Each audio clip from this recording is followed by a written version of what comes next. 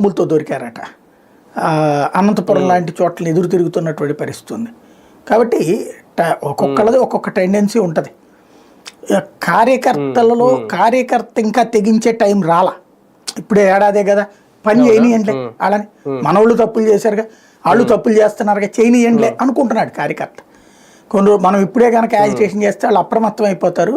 వాళ్ళ తప్పులు చేయనియండి, ఇంకొక ఏడాది చేస్తే అప్పుడు పబ్లిక్ కూడా తెలుస్తుంది కదా, అప్పుడు మనం యాజిటేషన్ చేస్తే బాగుంటుందని నాయకులకు చెప్తున్నారు కార్యకర్తలే. అదే ఇక్కడ నాయకులు వచ్చేటప్పటికి నాయకుల్లో భయపడట్లేదా అంటే ఖచ్చితంగా భయపడుతున్నారు. అందుకని యాజిటేషన్స్ ఏం పెద్ద సీరియస్గా ఏం చేయట్లేదు వాళ్ళు. ఇప్పుడు 151 మంది ఎమ్మెల్యేలు ఉన్న పార్టీలో ఎప్పుడో జగన్ పిలుపునిస్తే తప్పించి ఏ కార్యక్రమం జరగట్లేదు. ఇప్పుడు ఫర్ ఎగ్జాంపుల్ గుంటూరులో మిర్చి రైతుల ధర్నా జరిగింది, అక్కడ ఆక్వా రైతుల ఆందోళన జరిగింది, లేకపోతే ఇంకో చోట ఇంకో రైతులది జరుగుతుంది. కోకో రైతులు ఎవరో గోదావరి జిల్లాలో మొన్న చేశారు.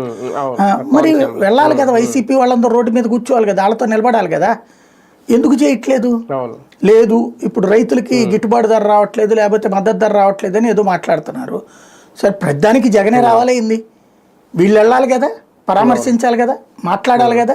అదే మరి 151 మంది ఎమ్మెల్యేలు ఏమైపోయారు, 40 మంది ఎమ్మెల్సీలు ఏమైపోయారు, అట్లాగే దాదాపుగా ఒక 1000 కార్పొరేషన్లో ఏదో ఒక డైరెక్టర్లో, బోర్డు మెంబర్లో, ఇది గుళ్ళ బోర్డు మెంబర్లు, ఇట్లాంటి పదవులు అందుకున్నారు కదా. మొన్న కూడా ప్రతిపక్షంలోకి వచ్చిన తర్వాత రీజనల్ ఇన్ఛార్జీలను అది నియమించారు.